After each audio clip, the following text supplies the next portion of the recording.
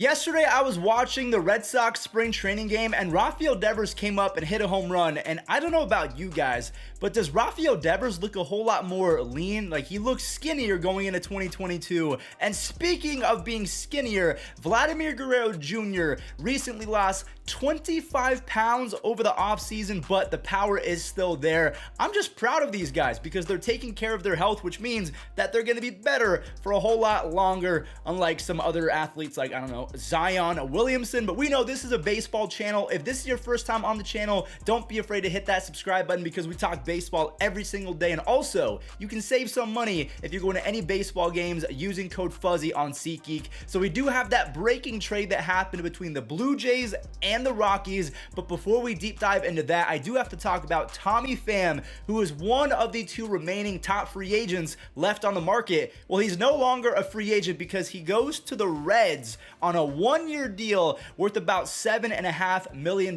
So it seems like the Reds, they were going with the tanking approach because they traded Jesse Winker as well as Eugenio Suarez, and they allowed Nick Castellanos to leave, and then Sonny Gray was traded. So it just seemed like they were tanking right in front of us all. But then they acquired a few pieces, including Tommy Pham, and it seems like Tommy Pham is going to be a chip on the shoulder kind of guy because he did not perform his best in 2020. Now, back in 2017, he was basically Jesus Christ himself. He had 23 home runs, 25 stolen bases, and an insane 144 OPS plus in just under 130 games. Now, he has regressed since then in terms of the power and the speed, but he has 18 home runs and 97 OPS plus over his last 186 games, which is not awful, and he does get on base regardless of him striking out a little bit more and the power regressing. He has a career 364 on base percentage. So Jake Fraley as well as Tommy Pham, those are pretty decent replacements for Jesse Winker. A lot of Reds fans are saying Jesse Winker is just a glorified platoon bat. Anyways, I say Jesse Winker is a monster. But before we talk about the Jays trade, I do want to talk about one more Reds player, 20-year-old Elly De La Cruz. He had a grand slam yesterday, and he has been labeled as a fast track guy. He is tall, he is quick, he had 35 extra base hits and 10 stolen bases in 60 low A games. Now, again, it was low A, so take it with a grain of salt. But the Reds, maybe they're not completely tanking. Maybe they're just looking to retool, as someone put it on my Twitter. I was arguing with a few people, but maybe they're not tanking and they're rebuilding or retooling. What do you guys think? Let's go ahead and break down the recent trade that happened between the Blue Jays and the Rockies. The Rockies continue to make moves. So again, just like the Reds, it seemed like they were kind of out of it by losing Trevor Story and Nolan Arenado, but then they signed Chris Bryant, and then they extend Ryan McMahon, and now they have traded for Randal Grichuk of the Toronto Blue Jays. But we'll talk about him in a moment, because let's go ahead and dissect what the Blue Jays got in return. So they get 28-year-old Raimel Tapia. I think that's how you say his name. He has an 85 OPS plus over his last 184 games, but just like Tommy Pham, the OPS plus isn't league average by any means, but he still gets on base. He finds ways with his solid speed. He's also a very good defender. Last year, he ended 2021 with 8 runs saved defensively, so an 8 DRS. My boy Jolly Olive, I'll link his channel in the description down below, or just this video. He labeled him as the best bad player in all of Major League Baseball. So I guess Raimel Tapia, a lefty going to the Blue Jays, helps out because this was their lineup before they had Tapia penciled in as maybe their platoon left fielder. They really needed some variety in that lineup because it was completely dominated by right-handed hitters. They also got 19-year-old utility player Adrian Pinto. I could not find any footage on this kid, but he hit 360 with 41 stolen bases and 175 at-bats. Again, it was rookie ball, so take it with a grain of salt. Just like I said with Elly De La Cruz, the Reds prospect who hit a grand slam earlier on in the video. That is the complete trade for the Blue Jays, Raimel Tapia, as well as 19-year-old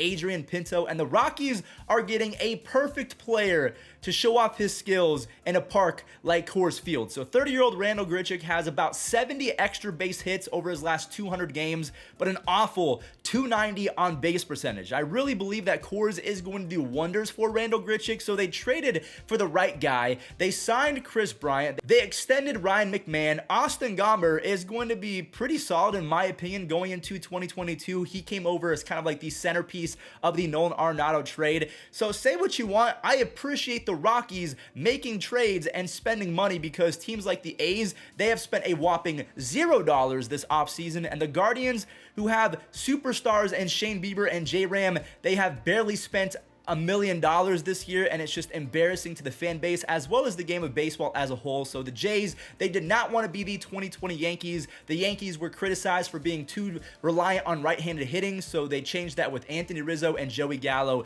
The Jays are trying to do the same thing with a little bit more versatility with Tapia coming in as a lefty. Let's go ahead and talk about another team in the American League East, because it has something to do with Toronto. Well, at least it did. Trevor Story was not going to sign with the Red Sox because he was hesitant to get vaccinated, and that would have been an issue because the Red Sox obviously are in the same division as the Blue Jays, meaning Trevor Story, if he went to Toronto, he would not be allowed to play in those games. So ultimately, it was found that he did get vaccinated and he should be fine going into 2022. Could you imagine if the Red Sox and the Blue Jays met up in the ALCS and Trevor Story could not play 3 of the 7 games or 4 of the 7 games? That would be crazy. Now, we all know Trevor Story is a shortstop, and speaking of shortstops, here is Carlos Correa thanking the city of Houston in a pretty lengthy farewell. He had a platinum season in 2021, his best season in professional baseball with the platinum glove, obviously. I mean, I hope that he's good in Minnesota, and I hope that he stays there for a long time. Otherwise, I'm kind of with John Boy. I feel like he's going to get traded at the deadline. Now, real quick, let's go ahead and talk about some NL MVP candidates from a season ago. Austin Riley blasted 2 home runs in yesterday's spring training contest. And if we rewind to last year's spring training, Austin Riley hit a home run that I was watching live and I thought to myself, I know he's been a bust so far, but that home run right there, I think he's figured it out, and he went on to have a crazy campaign. I made a absolute killing on his cards because I was a believer in Austin Riley just from that 1 home run. To me, he's going to have another insane season. I cannot wait to see what he does, especially with Ronald back in that lineup. And then Juan Soto, who was everyone's favorite to win NL MVP, he hit a bomb off Sandy Alcantara that probably has not landed yet. Now, to end today's video, a reporter actually asked Nick Castellanos what his attitude is when he's in the batter's box, and this is a pretty savage response. How would you describe what that attitude is when you come to the plate in a big bat? I don't know. I think the best way to describe it is survival, right? Like, it's how I feed my family. I don't have a college degree. I hit baseballs.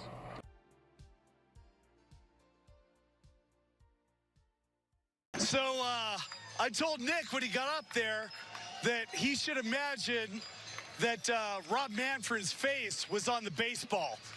And the next pitch, he lit it up over the fence, baby.